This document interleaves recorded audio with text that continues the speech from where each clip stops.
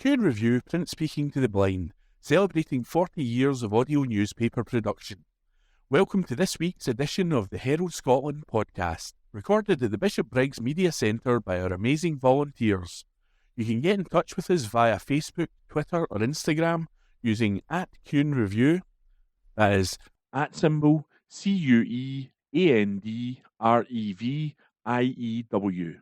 You can also contact us directly by emailing information@cunereview.com.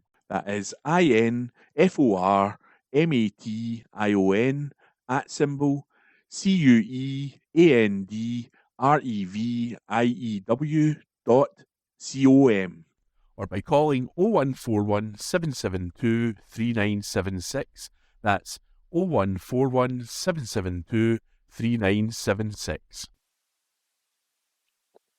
The Herald, 15th of April. News. Aberdeen Hospital building fire started deliberately, police say. By Craig Williams. A fire which seriously damaged an old office building near a hospital in Aberdeen is being treated as deliberate. Around 10:20 p.m. on Monday, April 13th, police were made aware of a fire at a disused building around the Wood End Hospital site in the city. Emergency services attended and the fire was extinguished. There were no reported injuries. At the height of the incident, about 60 firefighters were at the scene, along with 9 appliances and other resources. Much of the roof and internal structure of the B-listed building, called Westholme, appeared to have collapsed. In an update issued on Wednesday, Police Scotland said that the fire is being treated as willful and the inquiries are ongoing. A cordon remains in place and members of the public are advised to continue to avoid the area where possible. A Police Scotland spokesperson said, around 10:20 p.m. on Monday 13th April, we were made aware of a fire at a disused building around the Wood End Hospital site at Edy Road, Aberdeen. Emergency services attended and the fire was extinguished. There were no reported injuries. The fire is being treated as willful and inquiries are ongoing. By Craig Williams, read by Gordon Brown. The Herald, 15th of April. News. Decline in build-to-rent starts in Scotland largest in UK. Exclusive by Rebecca McCurdy. The pipeline of new build-to-rent homes is close to exhaustion, property chiefs have warned, as new figures show Scotland had the biggest drop in construction starts across the UK. The Scottish Property Federation, SPF, said the decline in construction starts was exacerbating the chilling effects already plaguing the house building sector. Build-to-rent, BTR, projects had stalled following a 3-year investment drought, but the Scottish Government introduced secondary legislation last year to exempt mid-market properties and BTR schemes from rent controls in a move welcomed by developers. However, in the first quarter of the year, the number of BTR homes under construction across Scotland fell by 22% when compared with the previous year. It is the largest drop among all UK nations, with starts across England and Wales falling by 17% and 12% respectively, while Northern Ireland experienced zero growth. David Mellish, Director of the Scottish Property Federation, said that based on this trajectory, Scotland will soon exhaust its delivery pipeline as more schemes are completed compared to those starting. Meanwhile, the number of new schemes in planning remains static, with Mr Mellish urging the next Scottish Government to prompt investment certainty. The number of BTR units under construction in Scotland fell to 1,410 between January and March this year, compared to 1,812 in the same time frame of 2025. Mr Melhuish said the continued decline in the number of BTR schemes starting on site represents a combination of the chilling effect that persistent policy uncertainty, especially around rent controls, has had upon investor confidence in Scottish BTR over the last 4 years, as well as the ongoing development viability challenges currently blighting the real estate sector.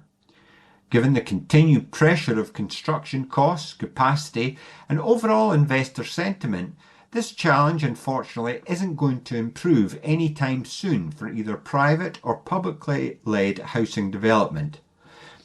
That is why it is absolutely vital that the next Scottish Parliament prioritises working with the private sector to address the development viability challenge. Further tax, regulatory and policy uncertainty is not likely to support new investment in Scottish BTR. Concerns for future projects have been highlighted as the number of BTR completions significantly exceeded those under construction, with a 14% increase of new developments completed in Q1 in 2026 compared to 2025. Across the house building sector, Scottish Government statistics showed a decline in all tenure housing starts and completions in 2025. There were 17,336 homes completed and 14,999 new builds started across every sector, an annual decline of 13% and 6% respectively. The Scottish Government, led currently by the SNP, has vowed to build 110,000 affordable homes by 2032, but official statistics show the target is significantly off track, with just 32,479 homes delivered so far. Fulton McGregor, the SNP candidate for Coatbridge in Christon, said the current Scottish Government is in the process of setting up More Homes Scotland, a quango aimed at increasing the supply of affordable housing. Its start-up costs are estimated to be around £2 million, and it will be operational from 2027-28. Megan Gallagher, the housing spokeswoman for the Tories, accused the SNP-led government of years of reckless rent controls. She said, "This damning data exposes the scale of the challenges facing Scotland's housing market, which is broken on the SNP's watch. Investment is falling and houses that have been built to rent have collapsed across Scotland. Years of reckless rent controls and excessive red tape have created a deeply damning effect that is driving developers away and making Scotland's housing emergency even worse." The Tories, she said, would cut red tape and scrap the Land and Building Transaction Tax, LBTT, which is similar to stamp duty. Meanwhile, Mark Griffin, the housing spokesman for Labour, said his party would deliver 125,000 new homes. He said John Swinney and the SNP have let down renters in Scotland and fuelled Scotland's housing emergency. House building has plummeted on the SNP's watch, and the number of new rental properties being built has been hit hard. The SNP's litany of failure on housing has left Scots paying sky-high rents and struggling to find the right home. Mr McGregor said this will build on record investment of over £4 billion over the next 4 years, which will see us deliver 110,000 affordable homes by 2031-32. A re-elected SNP government will also provide up to £10,000 and help towards a deposit for first-time buyers and give renters new rights to buy the home they live in if the owner chooses to sell. Alex Cole-Hamilton, the leader of the Scottish Liberal Democrats, said his party would build an average of 25,000 homes each year, supporting 87,000 jobs. However, under the SNP, homelessness has reached record levels, he said. Thousands of children are stuck in temporary accommodation. Affordable house building has collapsed. Too many young professionals are finding that they have no choice but to live at home with their parents. The Greens did not respond to a request for comment. However, the party opposed the rent controls exemption for BTR properties. Exclusive by Rebecca McCurdy. Read by Gordon Brown. The Herald, 15th of April. News. Scottish fashion brand companies placed into liquidation. Exclusive by Brian Donnelly. Parts of a well-known Scottish fashion design company have been placed into liquidation. A number of elements of the Glasgow-based company have been placed into solvent liquidation with assets to be distributed.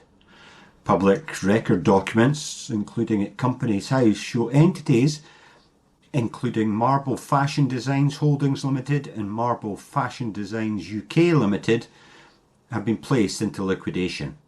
Such liquidation processes may also constitute part of a restructure, with the closure of entities no longer required and elements of the business continuing to operate as normal. A resolution was passed by Marble Fashion Designs Holding Limited that the company be wound up voluntarily and that liquidators may, if appropriate, make an in specie distribution of the company assets.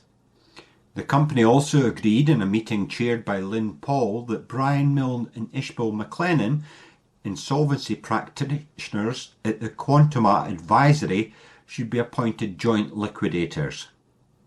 A similar notice for Marble Fashion Designs UK Limited was posted at Companies House and the Gazette government record, with the firms registered to Montrose Avenue in Hillington Park. The members' voluntary liquidation process is used when a company can pay its debts in full, but its members or shareholders opt to close the business.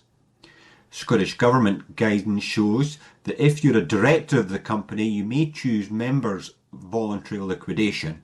It adds, this applies when your company is solvent or can pay its debts in full, but you want to retire, step down from the family business in which no one else wants to run. More broadly, Scotland's most recent figures showed there was a slight dip in the number of monthly liquidations compared to the same time last year, with the February total of 98 sitting at 5% lower than last year. The total number of company insolvencies was made up of 50 creditors' voluntary liquidations, 39 compulsory liquidations, 6 administrations, 2 receivership appointments and 1 company voluntary arrangement.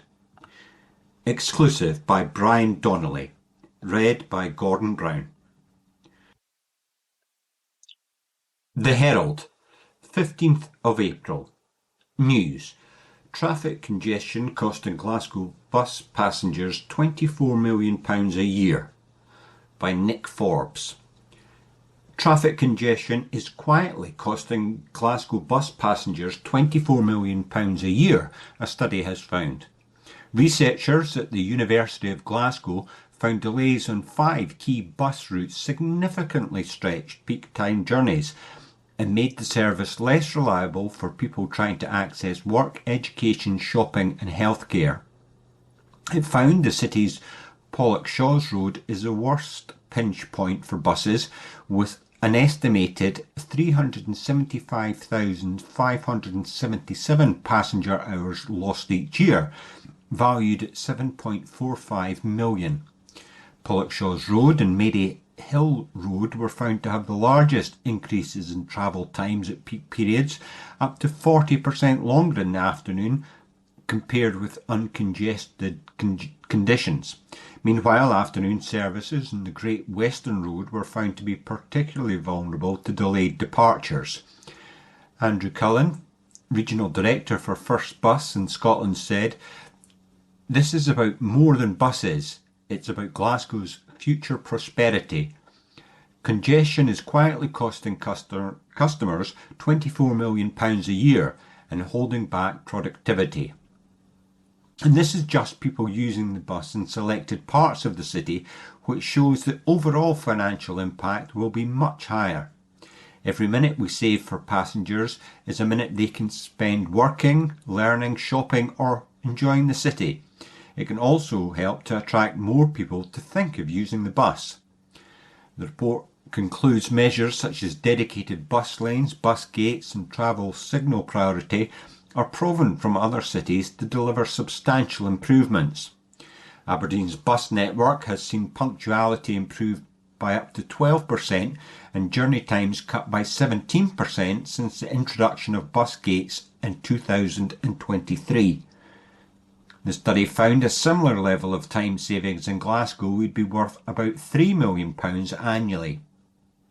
First Bus also pointed to recent polling by the Confederation of Passenger Transport Scotland, which found 58% of people support bus priority measures such as bus lanes, bus gates and traffic light priority to combat congestion, with the support being strongest in urban areas such as Glasgow. Dr. Fiona Crawford from the University of Glasgow's Urban Big Data Centre said, "Our research shows the scale of time lost by bus passengers because of congestion on just 5 corridors alone is staggering.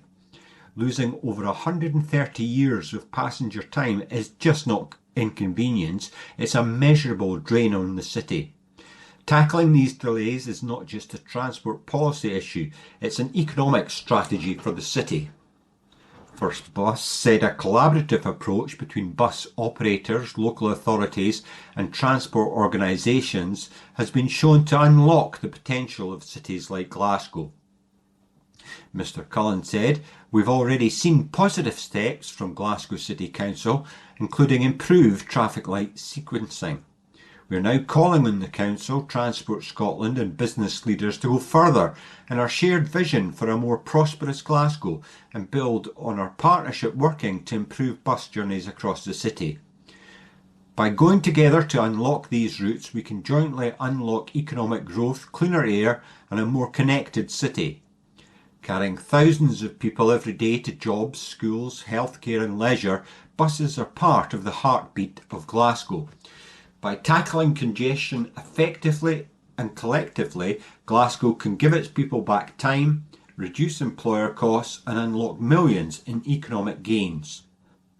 A Glasgow City Council spokesperson said, "Delivering high-quality bus priority infrastructure is essential to improving the experience of many thousands of people who rely on the bus for their everyday journeys, and why we are progressing work in the first 2 priority corridors in Pollokshaws Road and Paisley Road West. Through our involvement with the Glasgow City Region Bus Partnership, we are committed to collaborative working to drive improvements for passengers across the city region, strengthening the collective effort to deliver better, more reliable bus services." By Nick Forbes. Read by Gordon Brown. From the Herald Scotland, Thursday, 16th of April 2026, from the news section. Costa, McDonald's, Greggs among chains to offer new recycling scheme. An article written by Rosemont Kerr. More than 30 stores across Edinburgh are taking part in a new recycling trial aimed at cutting single-use waste across the capital.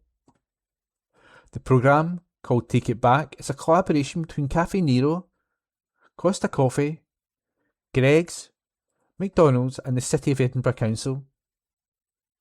Customers can now return used takeaway cups of any brand to participating stores for recycling. In addition to the store-based scheme, dedicated cup-only recycling bins have been installed on Market Street, Waverley Bridge and outside Haymarket Station. The bins are designed to capture waste from commuters and reduce the number of cups going to landfill. Typical takeaway cups cannot be recycled through standard household or street bins because of their plastic lining. Instead, they need to be returned through specialist schemes such as the one now being trialled across Edinburgh. Heather McLaughlin, campaigns manager at Keep Scotland Beautiful, said, "Single-use cups make up a huge percentage of the items polluting Scotland's environment. The reality is that these single-use products are already ending up as litter. We need to address our overconsumption of single-use products and make an effort to choose reusable options. However, we know that reuse is not always possible or practical. This scheme will make it easier for people who use single-use cups to ensure they're recycled properly." Hannah Osmond, National Cup Recycling Manager at Valpark Limited, said, "Transport hubs are some of the highest footfall locations in Scotland, and we know from our data that a significant volume of single-use cups are consumed on the go. By targeting key commuter routes, this trial allows us to test how dedicated infrastructure in the right locations can capture more material and significantly increase recycling rates. Stephen Jenkinson, Environment Convener at the City of Edinburgh Council, added, "Increasing cycling rates in the city is one of our key priorities. I'd also always encourage residents and visitors buying a regular cuppa, wherever possible, to take their own cup into takeaway stores and cut down on the need to use the disposable ones at all." An interactive map of where the bins are located across the city can be viewed at www.keepscotlandbeautiful.org. That article was written by Rosamund Carr.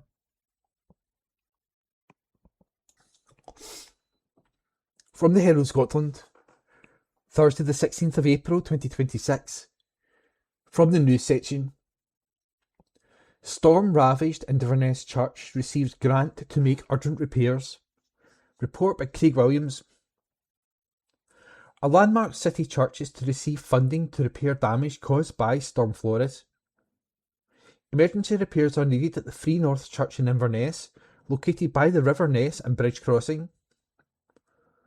Winds up to 124 miles per hour hit the UK last summer as Storm Flores ravaged Scotland, the north of England and Northern Ireland.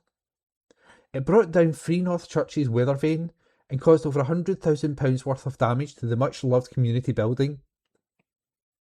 Now, 6 months later, the church has raised the majority of funds it needs to ensure the building can be repaired, thanks to a £36,000 grant from the National Churches Trust. Initially, the adjoining lane to the church had been temporarily closed to the public and the stonework strapped. 3 metres of stone was then carefully taken down and the cast iron inside structure, now damaged and unsafe, was removed. The steeple has a temporary cap, but work is about to commence to rebuild the structure with a new stainless steel core and reusing the preserved sandstone. The grant will help rebuild the weather vane, while a new stainless steel rod will also be rebuilt in the church's steeple, which stands at over 50 metres, to help with its durability.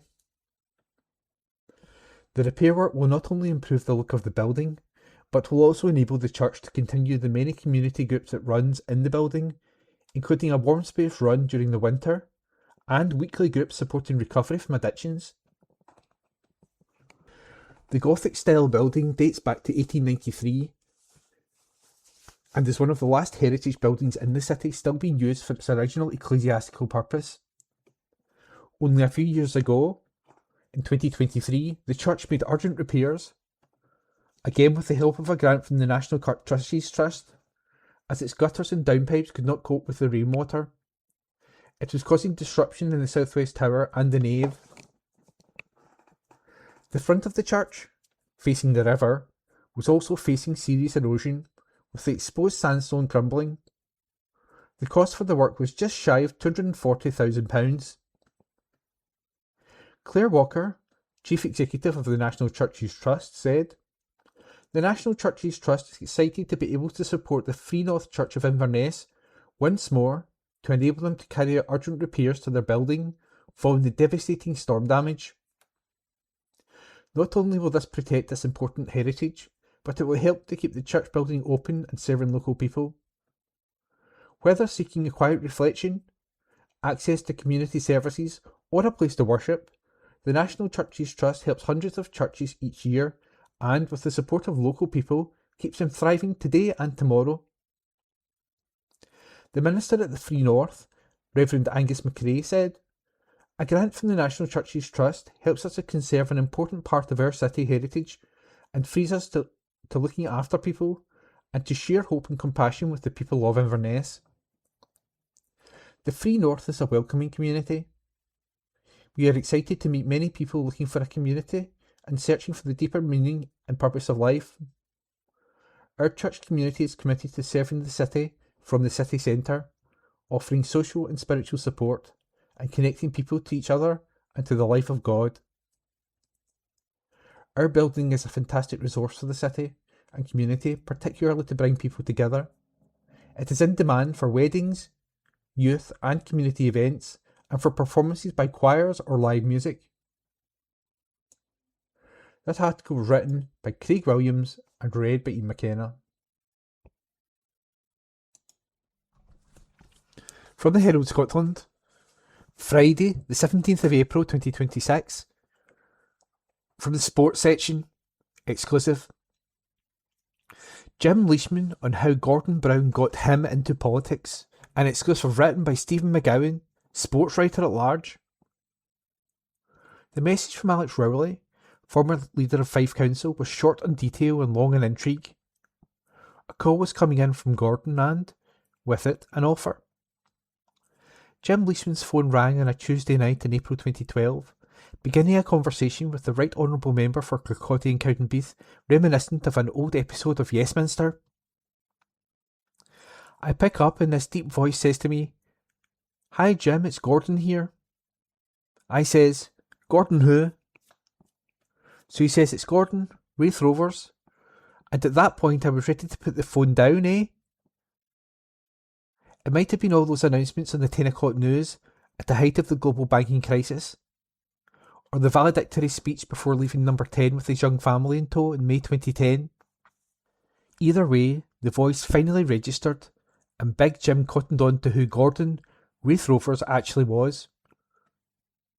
So the former Prime Minister Gordon Brown is on the phone with an offer for me to run for a councillor in Dumfries Central. I said, "Oh Gordon, I'm not into that." But Gordon says, "You've been doing that kind of thing for years with the local folk anyway." The Pied Piper of Dunfermline Athletic had always enjoyed high approval ratings. Blessed with a talent for headlines and wooing floating voters, Leishman was appointed Power's manager before his 30th birthday and ramped up home crowds from an average of 1,090 to 10,989 inside 7 years. Even then, politics felt so far out of his zone, he would have felt more comfortable moving to Falkirk. After a week to reflect, he drove to Brown's home in Kirkcaldy to deliver his response, like one of those MPs trudging along Downing Street for news of the latest cabinet reshuffle. It's hard to say no to Gordon Brown, because not only was he the Prime Minister, he's also a very good person too. I said I'd give it a go. I'd knock a few doors and try and see how I got on. Socialism was in his blood from day one. Born in the family home of 15 Gardner Street, Lochgelly, in November 1953, Ur James was the son of Mitchell, a Rangers-supporting coal miner, and Mary, who worked in the Roundtree confectionery factory in Edinburgh and ran the staff shuttle bus from Fife. I think my upbringing got me a few votes. I would knock on the door and folk would say, "Oh, I remember your mum and dad's son." Most of my uncles worked down the mines, so we were brought up with Labour values. Elected to represent Dunfermline Central Ward 3, Councillor James Leishman was fast-tracked to the role of civic leader. He has worn the Provost of Fife chains for the last 14 years, but plans to step down when his third term comes to an end next year.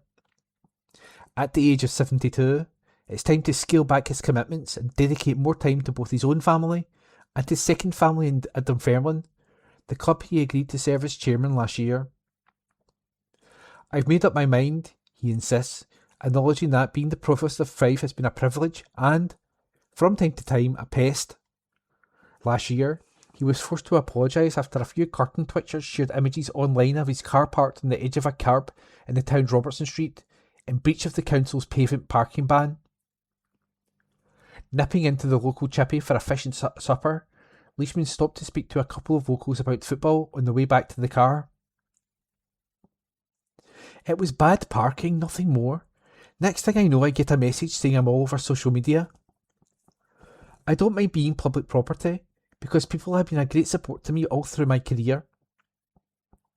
I stay local, and if I go shopping, it's never quick. I go to the local Asda or Tesco's, and when I look at my watch, I've been there an hour and a half and still not made it past the second aisle. Folk want to talk to me about the team, and I don't mind that.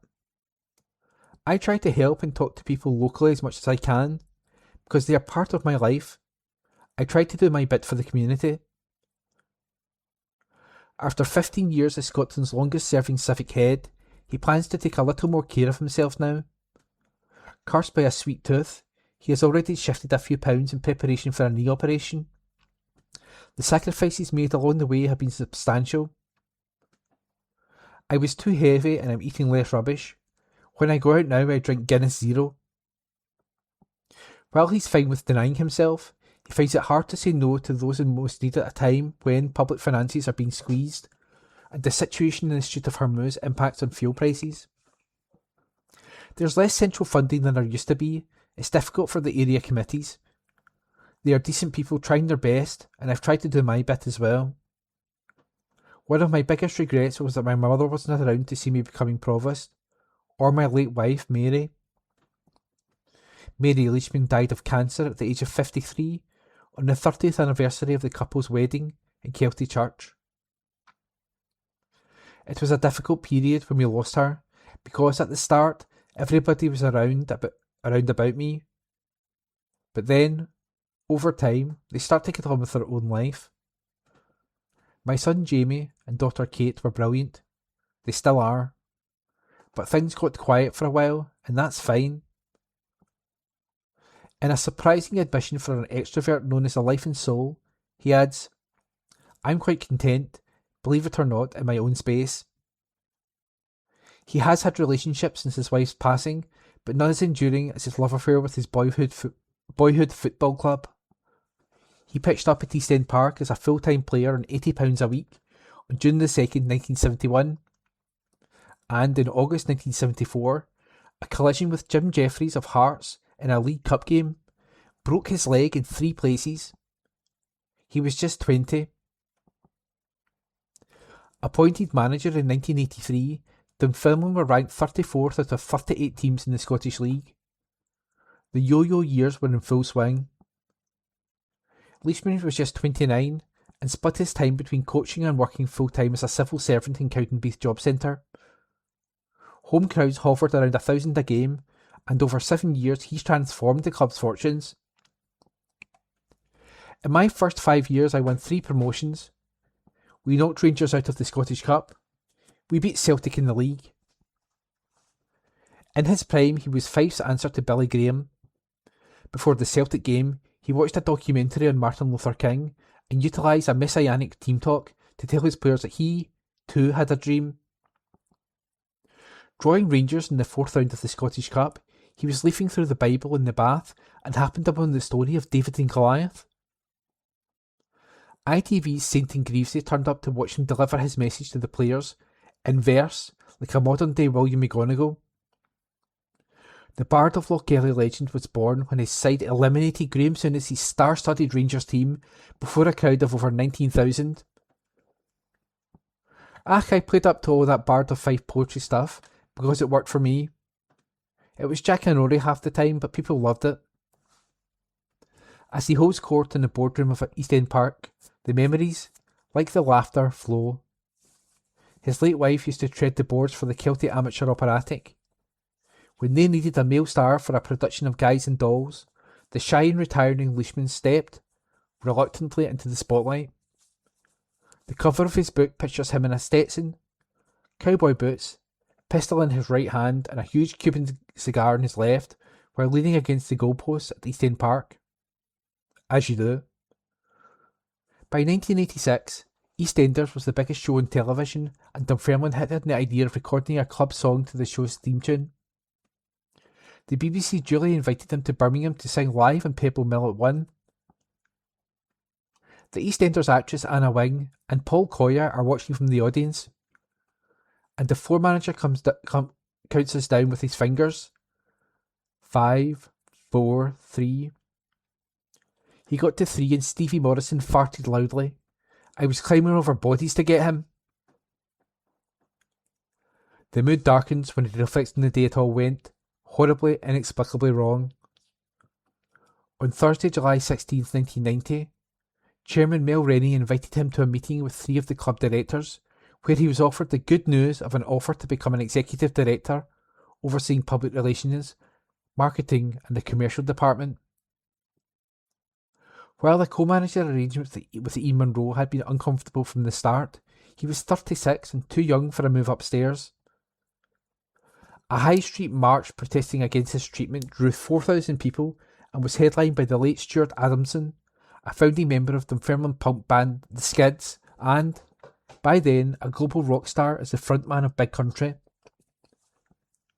This year, a new biography of Adamson was released, marking the 25th anniversary of his death in Hawaii, and Leishman can still hear his old friend now, barking down the phone from some far-flung concert venue. What a great lad Stuart was. Wherever he was on tour with Big Country, he would always phone me about 6 PM if we lost a game. "What's going on? You get beat? I'll sack you, Leishman." Jimmy Waters, the old chairman, actually came to me and asked if Stuart would be interested in joining the board. So we had a pint in Guildhall Street, and after a couple of beers I asked him, "Stuart, do you fancy being a director?" Big Country were huge at that time. And Stuart says to me, "If I'm sitting in the director's box and the referee gives a ridiculous foul, what am I supposed to shout?" Stuart wanted to go with his mates, sit on the other side of the ground, and tell the referee to get a F, expletive deleted, grip. Leishman was forced to catch a grip of his own career during his wilderness years at Inverness, Montrose, Rosyth Dockyard and Livingston. His prayers were answered when the call came to return to his first love as general manager in 2003. With 3 games left of 2004-05 to play, coach Davy Hay was sacked and Leishman stepped into the breach, securing survival with a rare away win over Dundee United at Tannadice. An airplane celebration on the pitch delighted the away support, but irked the police match commander. Called to the referee's room, a sheepish Stuart Dougal warned him that he was duty-bound to report him to the SFA. Stuart asked if I had anything to say. I told him to tell the match commander where he could stick his warning. He led the team to a League Cup final defeat to Celtic the following season, and hopes to see the Powers back at Hampden after today's Scottish Cup semi-final against bitter rivals Falkirk. Chuffed to be handed the chairman role last year, the wheel has turned full circle. He is optimistic for the club's future under owner James Board and manager Neil Lennon. I see a huge difference in the team and the club. They are gelling and getting better results under Neil. New owners are in charge now, and I can't say a bad thing about them. This is a Premier League club, but as the chief executive David Cook said, you get fed up hearing that it's a sleeping giant. You can only call yourself a Premier League club if you actually play in the Premier League. He scored his first Dunfermline goal as a teenager in April 1972 against Clyde, and never tires of reminding anybody he meets that, 5 days later, he topped that by scoring the winner in a 4-3 win over Rangers. Still, the last winning goal scored by a Dunfermline player at Ibrox, 90 minutes fly by, unexpectedly, without so much as a mention.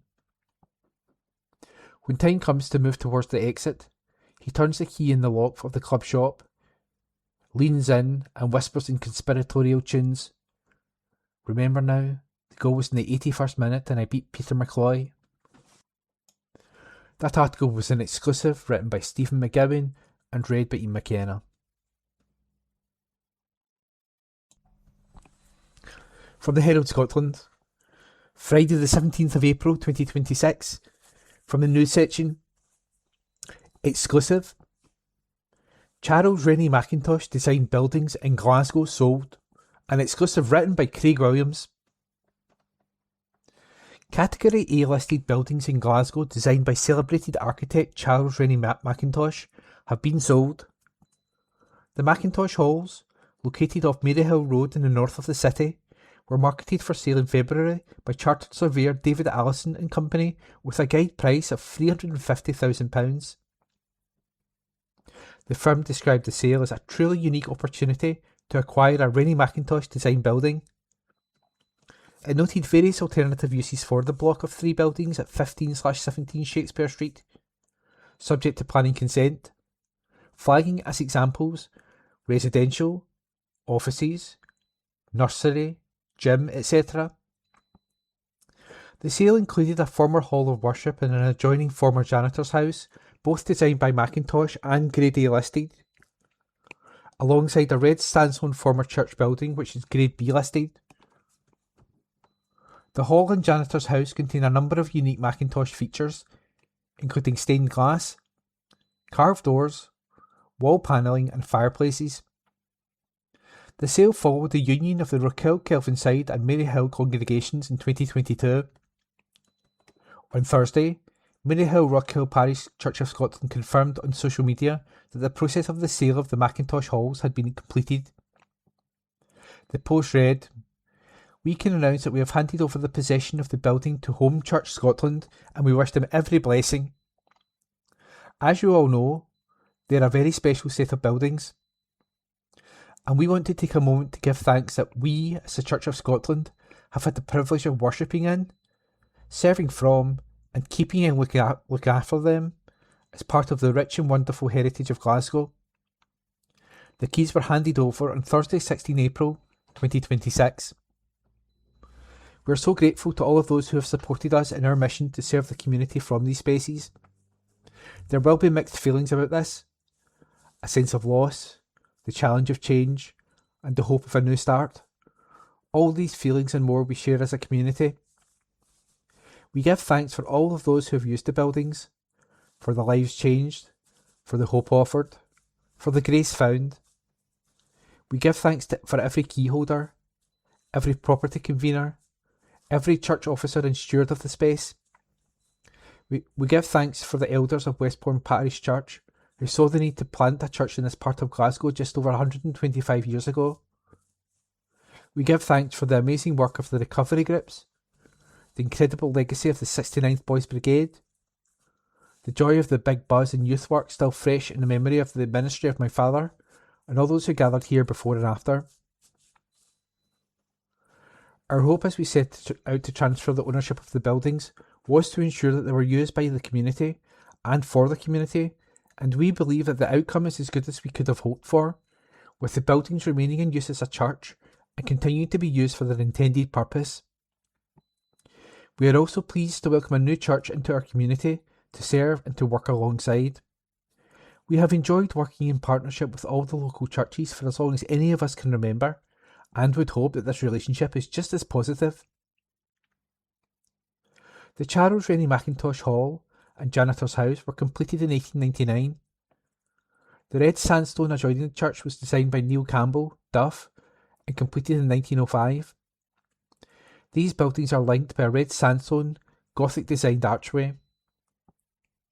Speaking in August last year, Stuart Robertson, then director of the Charles Rennie Macintosh Society, reflected on how the halls were designed at the start of the Macintosh's creative period. He said, "The Rockhill Church halls display Macintosh's trademark style, and his Art Nouveau motifs are scattered throughout the building. With stained glass windows and flower patterns etched in the doors, the design resembles that of the art school. Rockhill was designed at the start of Macintosh's extraordinary creative period from 1895 to 1906, which includes nearby Queen's Cross Church, 1897 to 99, the Glasgow School of Art, 1897 to 99, the Arts and Crafts Exhibition in London, and his first work for Miss Cranston.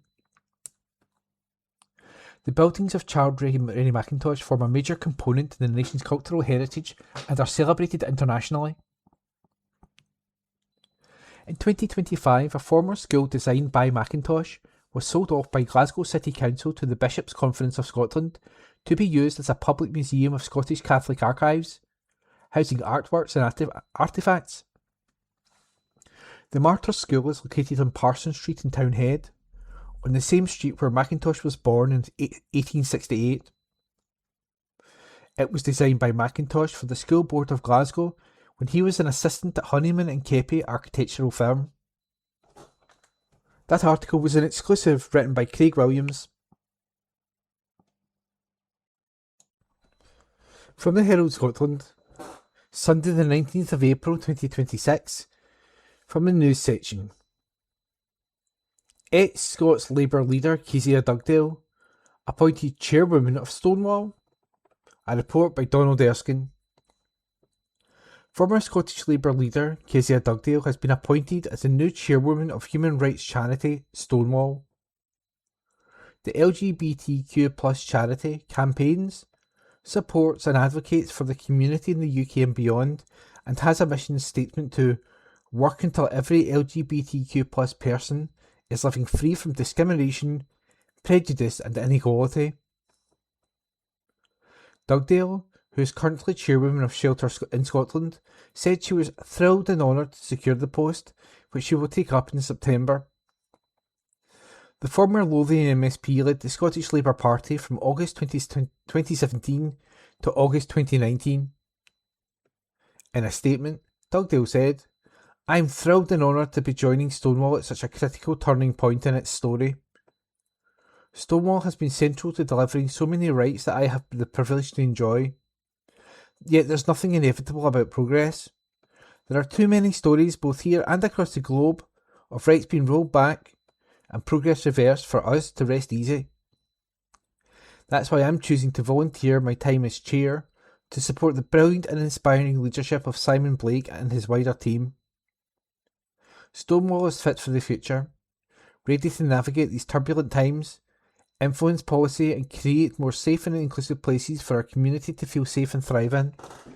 We won't stop until everyone, everywhere, has equal rights."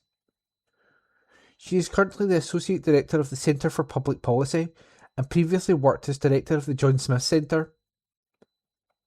Stonewall CEO Simon Blake OBE said, "I'm excited about the opportunity to work with Kezia.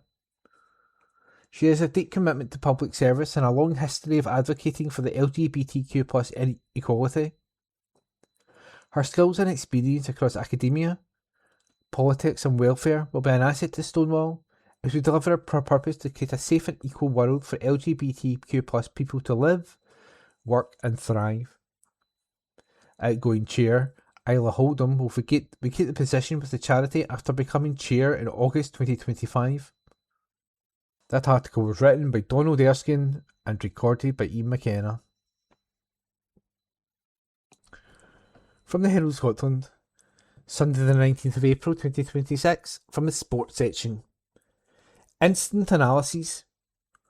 The 6 incredible minutes that saw Celtic into the Scottish Cup final, by sports writer Josh McCafferty. 8 goals and 120 minutes later, Celtic booked their place in the Scottish Gasmen Scottish Cup final with a frenetic 6-2 victory over St Mirren at Hampden.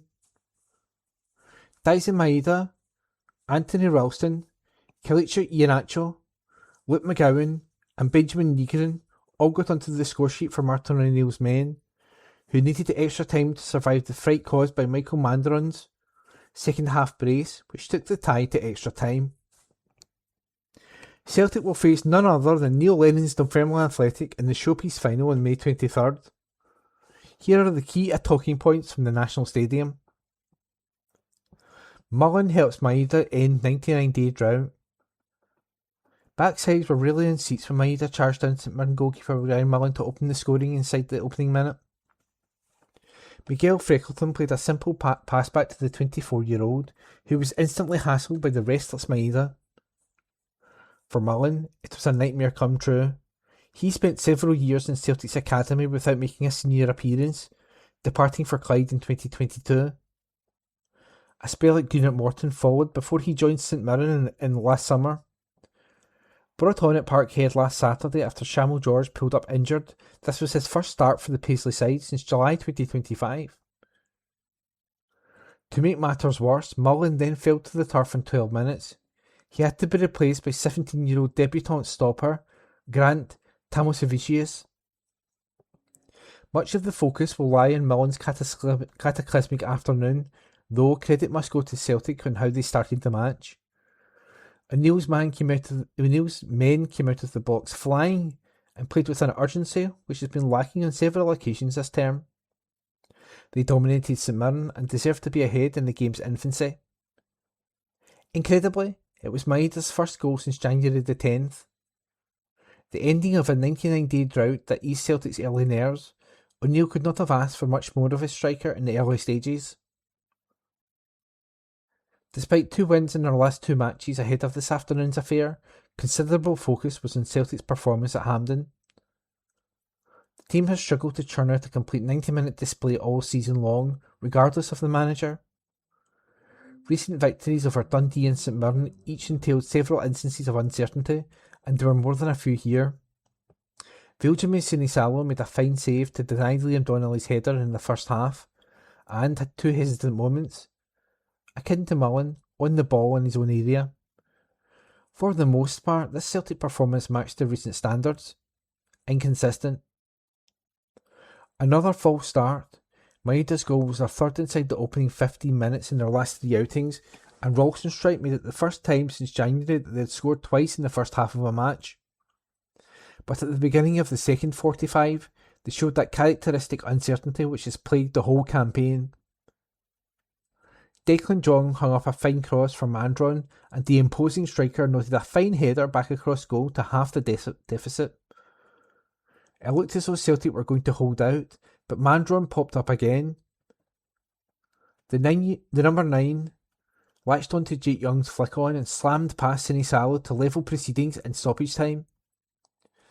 O'Neill's men collapsed before picking themselves up off the canvas in extra time. 4 goals in 6 minutes gave St Mirren next to no chance of completing a historic comeback. A word for Tamos Evicius. After watching Mullen, physically and metaphorically, collapse in the hand in sunshine, one can only wonder the thoughts racing through Tamos Evicius' mind as he prepared to come on. Just 17 years of age, the young stopper was introduced on 12 minutes for his senior debut. As far as baptisms of fire go, this was up there.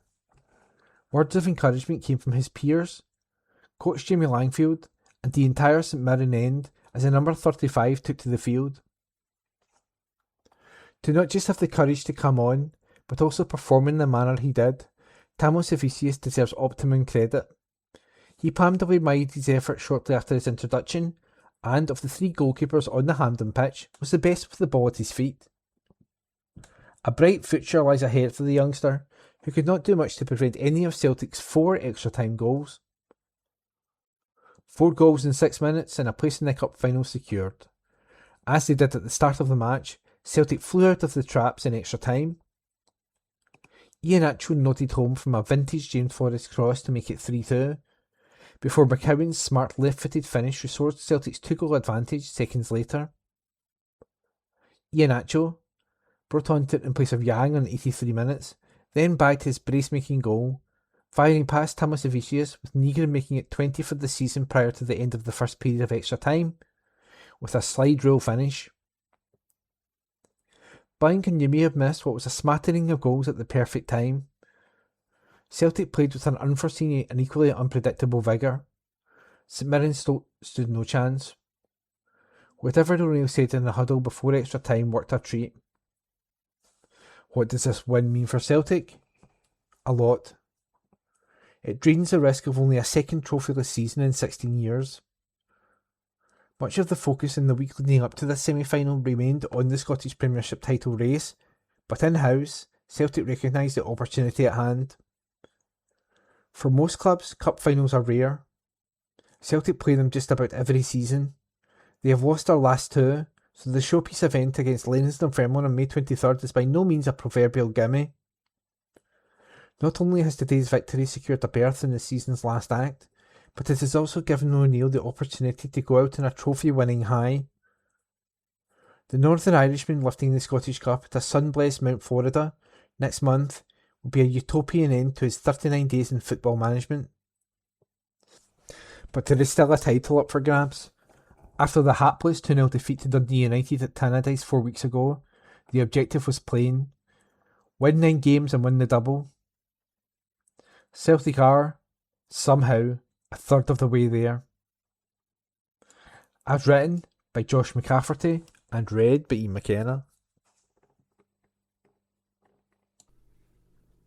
From the Herald, News section, Monday the 20th of April. Plan to expand Tunnock's Scottish factory for worldwide demand. Written by Esther Tarnay. Scotland's iconic Tunnock's factory could be expanded to ready it for anticipated increased worldwide demand. A planning application was submitted to expand the Uddingston Bakery, located at 34 Old Mill Road. According to documents, the extra space would be added to the building's 3rd floor, currently home to a concrete roof deck extending to approximately 800 square feet per metre and used for ventilation and cooling.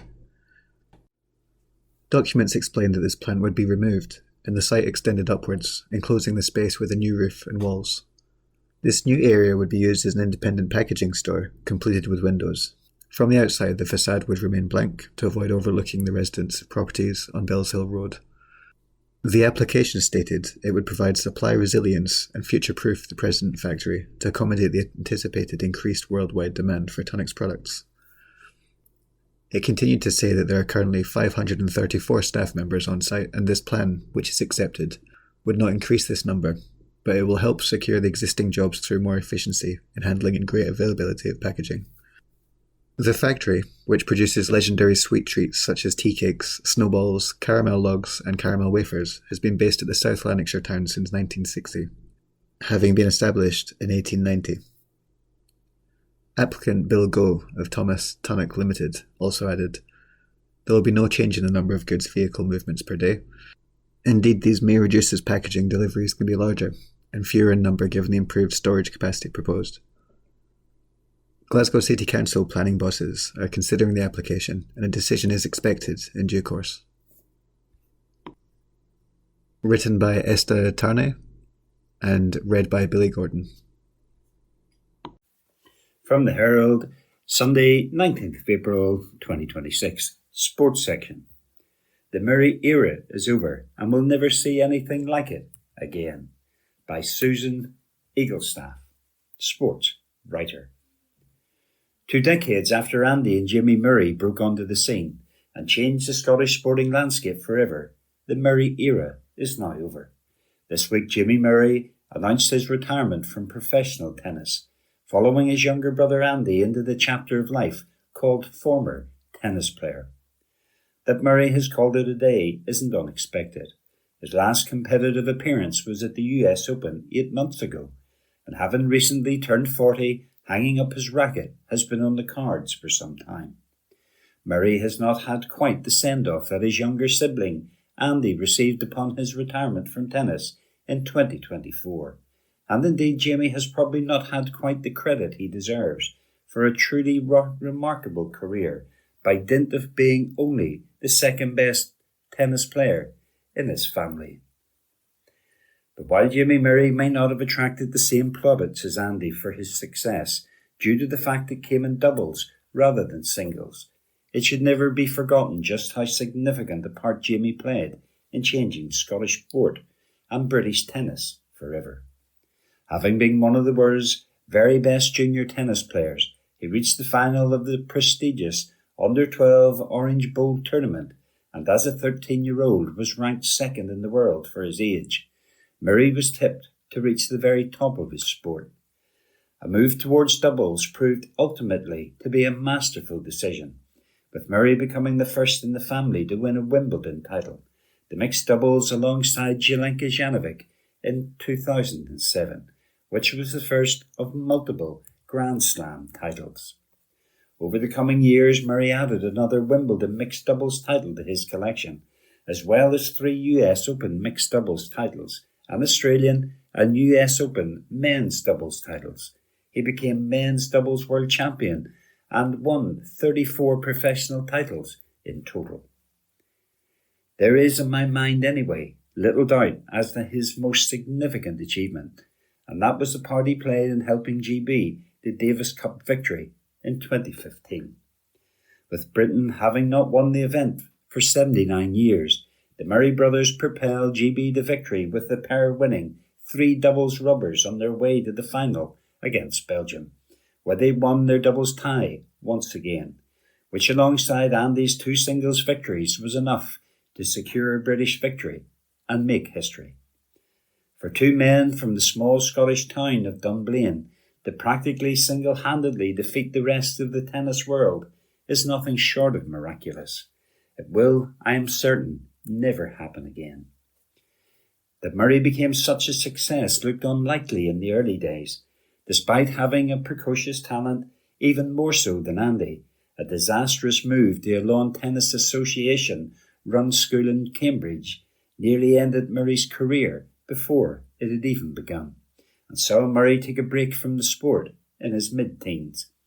But upon his return to tennis, he moved to doubles and never looked back. Murray's younger brother Andy commented this week that Jamie will go down as one of the best double players the UK ever had, before adding, "The way we pushed each other helped us both go as far as we did." Jamie is an impressive individual, but it's as a pair that the Murrays really made history. For two Brits to be world tennis number ones would be remarkable, never mind Scots, never mind Dunblian natives, never mind brothers. The Murrays changed entirely the way tennis was viewed in Scotland. No longer was it seen as an English middle-class sport, but instead at times it even rivaled football for the emotion it could evoke. Tennis became mainstream, and that was exclusively down to Jamie and Andy Murray. Jamie remained in the shadow of his brother, with doubles success never having had the cachet of singles achievements. But this should not overshadow just how good a tennis player Jamie Murray was. He had an unorthodox game. He had no topspin forehand, which is seen as a non-negotiable for top-level tennis players. But Murray defied the odds and succeeded without it. With a standout part of his game, his volleys, with Murray becoming one of the best volleyers tennis has ever seen, perhaps the single best ever. What is brought into the spotlight, however, with Murray's retirement is the failure to truly build upon the brothers' success.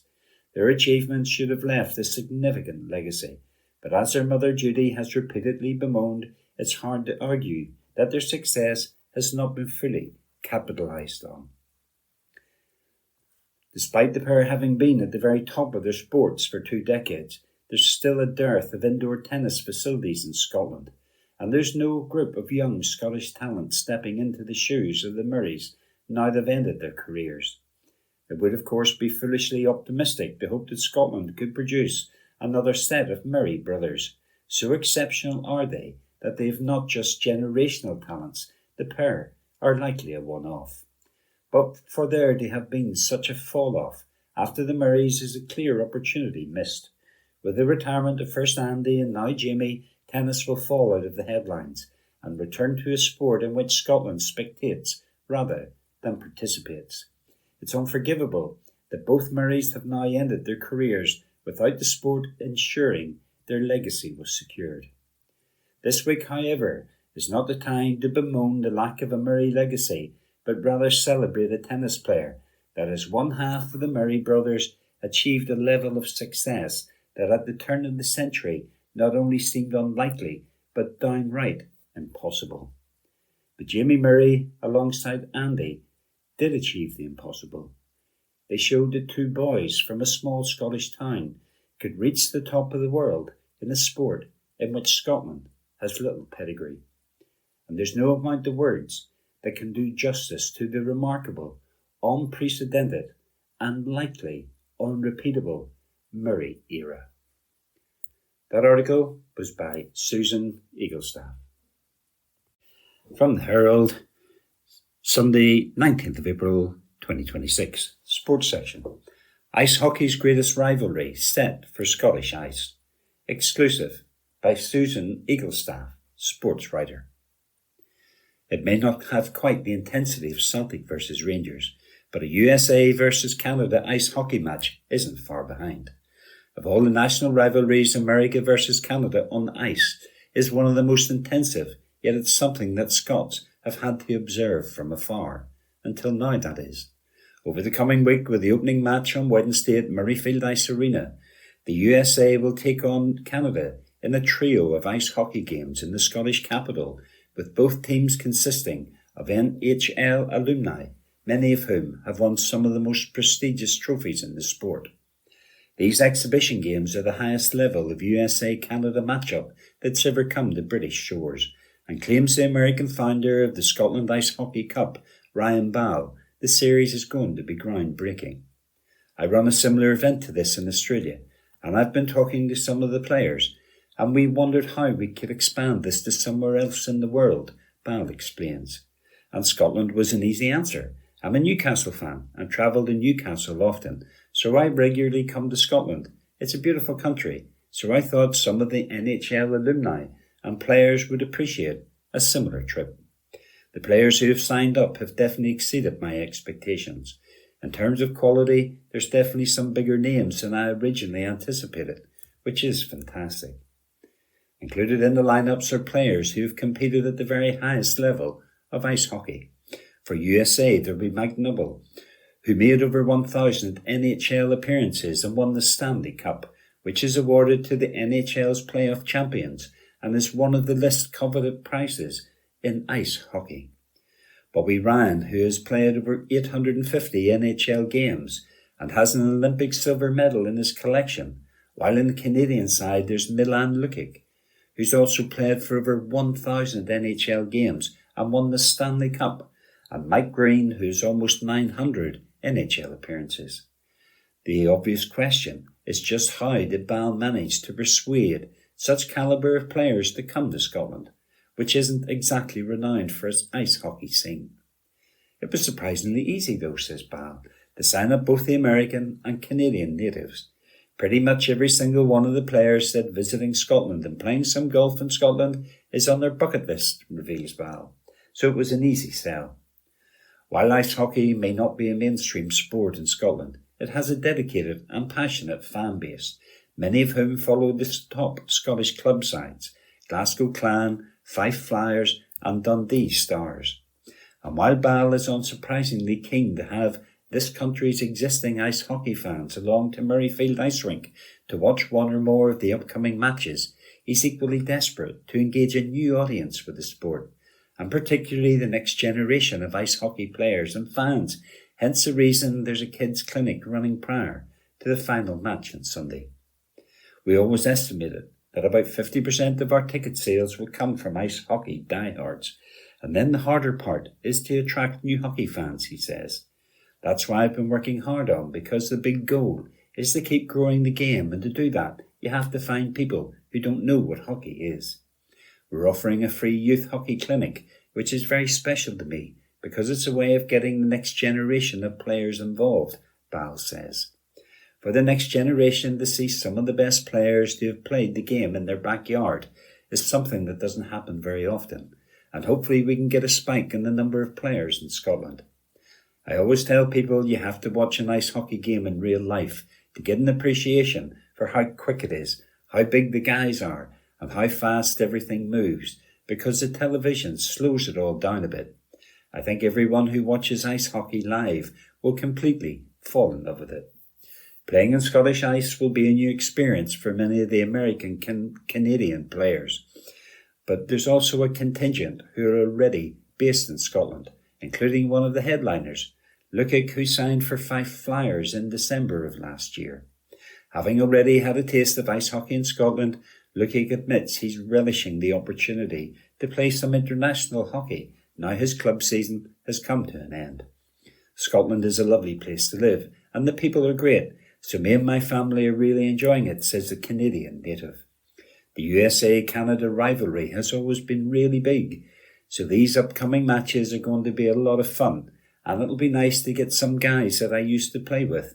There's going to be some great matches, and it'll give the Scottish public the chance to see how hard, fast and physical a sport ice hockey really is.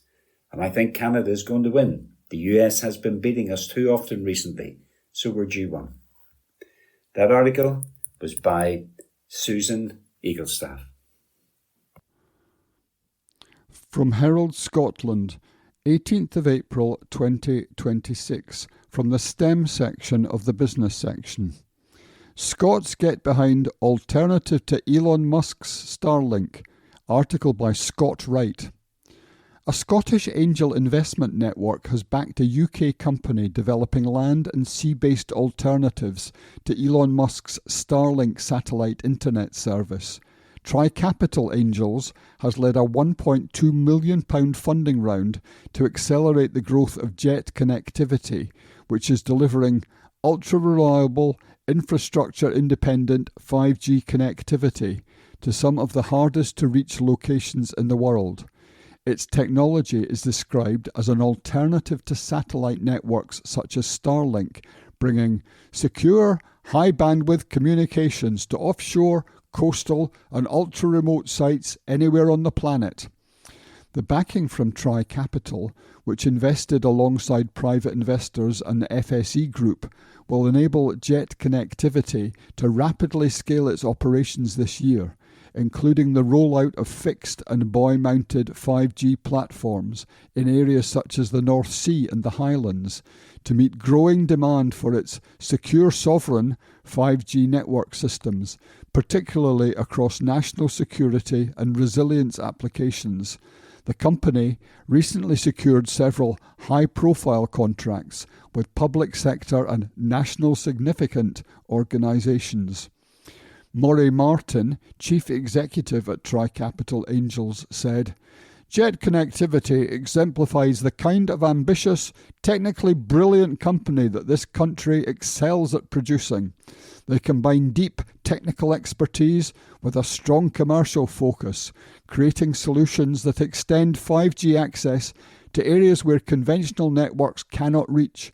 This fast-moving, innovative and rapidly scaling company is an excellent fit for the Tri-Capital Angels portfolio. Equally, the expertise we bring to support their ambition highlights the strength, value and partnership ethos we bring to our portfolio companies." Jet's product range includes a compact buoy designed for rivers and coastal areas, a mid-size platform offering data collection and 5G coverage over wide maritime zones, and an offshore station capable of supporting year-round connectivity miles from shore. On land, its pop-up base stations and rugged routers provide temporary or fixed 5G hotspots for ports, airfields, manufacturing sites and emergency response operations.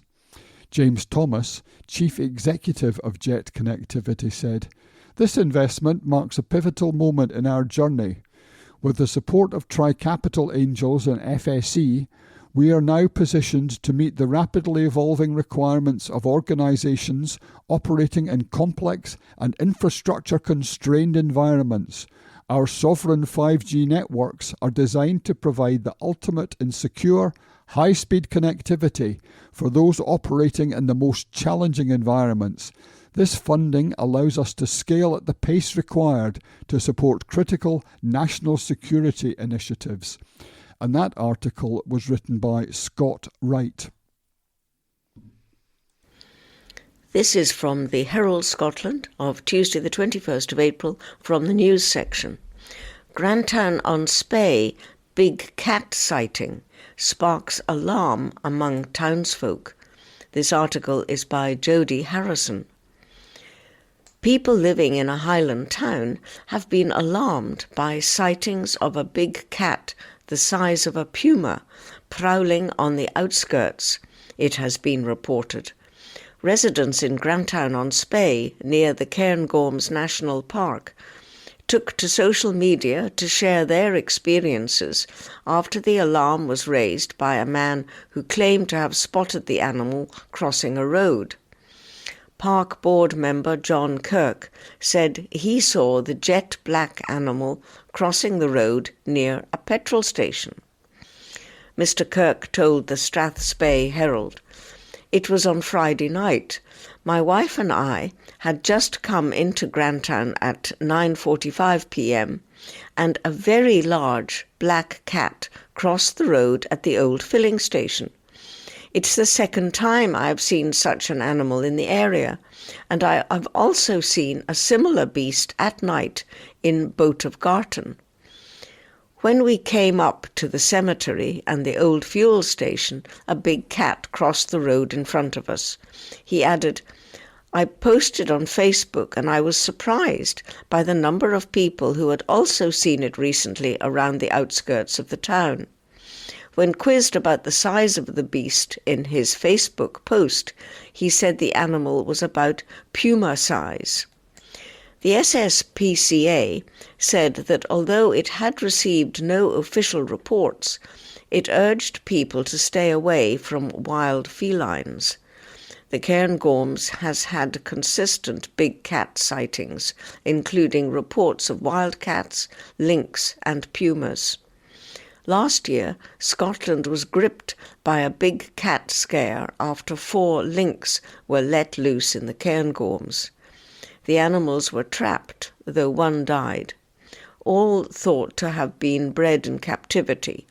The remaining trio are now homed at the Highland Wildlife Park. Paul MacDonald, who runs Scottish Big Cat Research, said the animal could be a puma or even a Kellis cat, a hybrid between domestic cats and wild cats. These cats are typically black and are named after being first recorded near the village of Kellas in Murray. He told the Scottish Sun, "We are quite aware of big cat sightings in the Highlands. Scottish wildcats can be expected, but they do sometimes find their way into built-up areas.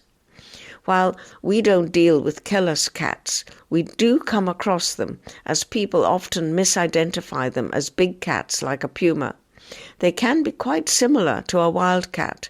They are jet black or a uniform grey. Kellis cats can be as small as a large domestic cat, or as big as 3 or 4 feet in length." That article was by Jodie Harrison. This is from the Herald Scotland of Tuesday the 21st of April from the news section. ScotGov urged to bring in restrictions on SUVs in cities. This article is by Katrine Bussey. The next Scottish Government is being urged to look at placing restrictions on the largest vehicles in city centres, as a new report warned the SUVs are an emerging problem. The popularity of sports utility vehicles, SUVs, is booming, with drivers with sustainable transport body Transform Scotland saying that in 2023 they made up almost 1 in 2 new cars, compared to just 1 in 10 in 2020. Pointing out that SUVs take up more space, increase road damage, create unfair costs, and make streets less safe for pedestrians and cyclists, Transform Scotland is calling for action from Scotland's politicians. In a new report, it says the Scottish Government should explore placing restrictions on the largest vehicles in city centres. It also wants Holyrood ministers to advocate for a UK-wide levy on larger vehicles. Meanwhile, Transform Scotland suggests councils could introduce weight-based parking charges, making parking more expensive for SUVs, following the example of both Cardiff and Paris. In addition, local authorities could ban the advertising of SUVs on council-owned sites. The report, released ahead of the May 7th Scottish election, comes as parties have promised action to improve the state of Scotland's roads and tackle potholes. Noting that SUVs are larger and heavier than standard cars, Transform Scotland's report says their greater axle weight accelerates the damage to roads. It also states these larger vehicles pose a clear risk to vulnerable road users, noting the odds of a fatal accident when hit by an SUV are 44% higher for adults and 82% higher for children when compared to standard passenger cars. Transform Scotland also says the vehicles have higher tyre and brake wear, which releases more harmful particles into the atmosphere and worsens urban air quality and poses additional health risks, particularly for children, older people and those with respiratory conditions. Report author and Transform Scotland Public Affairs Manager Laura Hyde-White said, SUVs are now a common sight in Scotland's cities, and they are changing how our streets work and feel. They reduce visibility, cause more damage to our roads, take up disproportionate space, and are more likely to result in fatal outcomes in collisions. She added, 1 in 4 people in Scotland do not have access to a car, and that rises to around 2 in 3 in lower income households. Yet increasing amounts of public space are being shaped around vehicles that many people neither use nor benefit from.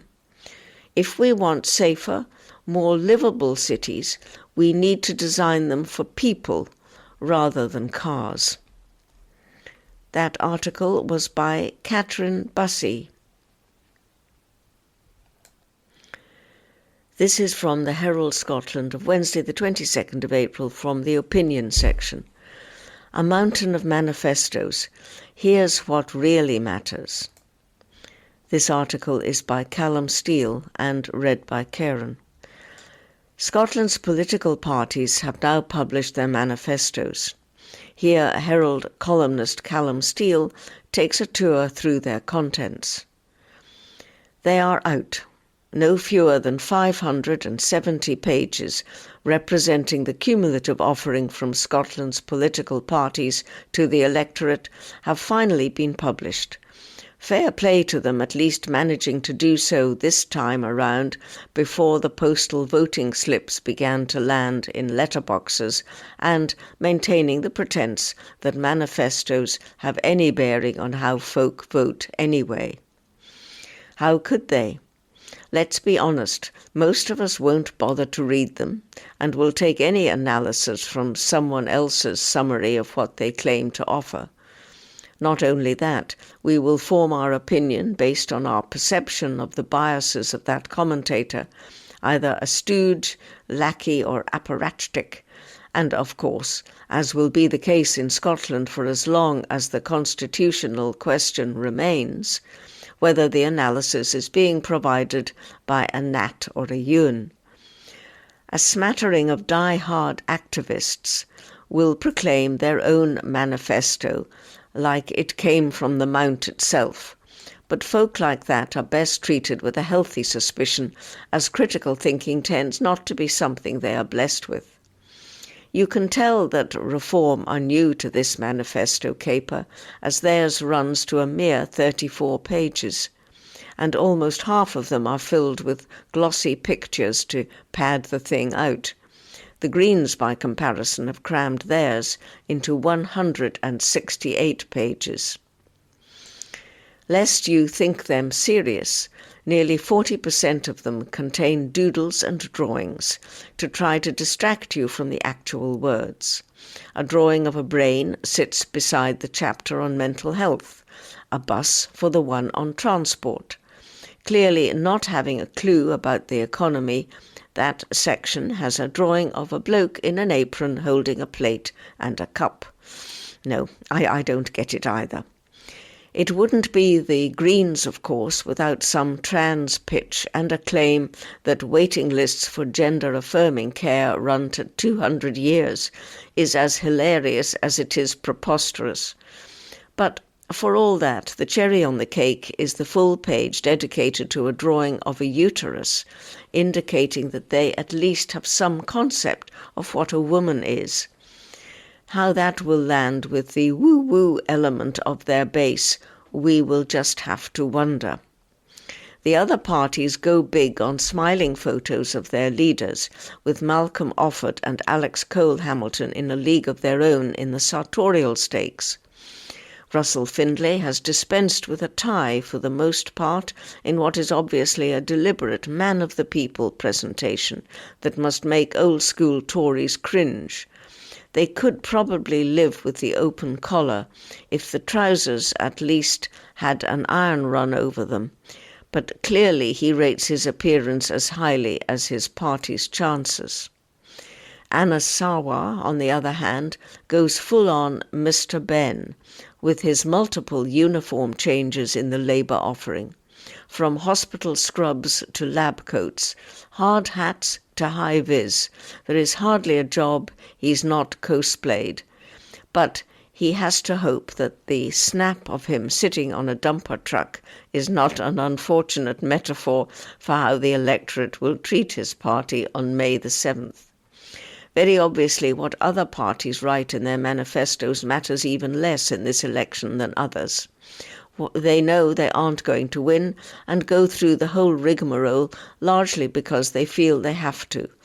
The SNP look set to romp the count, and it is theirs that will quite rightly be subject to the greatest scrutiny, if not before the election, certainly after it. There have, as I predicted, been some eye-catching headlines from the SNP, with the price cap on certain essential food items being the one most have latched onto. This will suit John Swinney, as it matters not that the policy hasn't been thought out. If it had been, the top 20 items of this mystery basket would roll off the tongue with ease. As it is, after bread, milk and pasta, we are left to scratch our heads as to what the other 17 might be.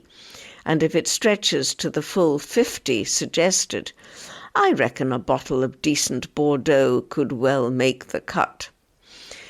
The point is, people are talking about it, and even if those talking points themselves pour bucket loads of cold water on it, not just as an incoherent policy, but one they are likely to never be able to implement, it does mean other things are escaping scrutiny. The SNP have been around the block long enough for this not to be an accident, meaning we should look more closely at what else has been left unsaid and implied rather than headlined. We will reduce the number of public bodies, better integrating services and reducing costs. May well look like a lazy throwaway line in what is, by any measure, an otherwise anodyne spiel, but it is arguably the one which has the potential to be the most significant. Setting aside the obvious parallels that will be drawn with police and fire reform, it is telling that there is no fantastical claim that reducing the number of public bodies will lead to an actual improvement in services. This is cold, hard politics in play, and perhaps points to an awakening to the reality that there is a bloat in Scotland's public sector that needs to be tackled almost regardless of consequences. We are left to guess if that means taking the axe to health boards, councils, or the sheer number of quangos that control so much of Scotland. But an axe is being sharpened, even if we aren't being told where it will be wielded. Here the SNP needs its outright majority arguably more than for its pursuit of a second independence referendum. Opposition to what will be attacked as cuts and claims of power grabs will be fierce, and even more so if the constitutional debate is raging simultaneously. We may have become weary of the value of manifestos, but there is no escaping the fact that what is in them will be claimed as the basis on which a mandate to rule has been derived. We need to learn to look at them beyond the headlines, for what really matters is often hidden in plain sight, and usually in the parts that are easiest to ignore. That article was by Callum Steele. That concludes this week's edition of the Herald Scotland podcast. Please remember to subscribe to our channels, Tune Review, and to tell your friends about our service.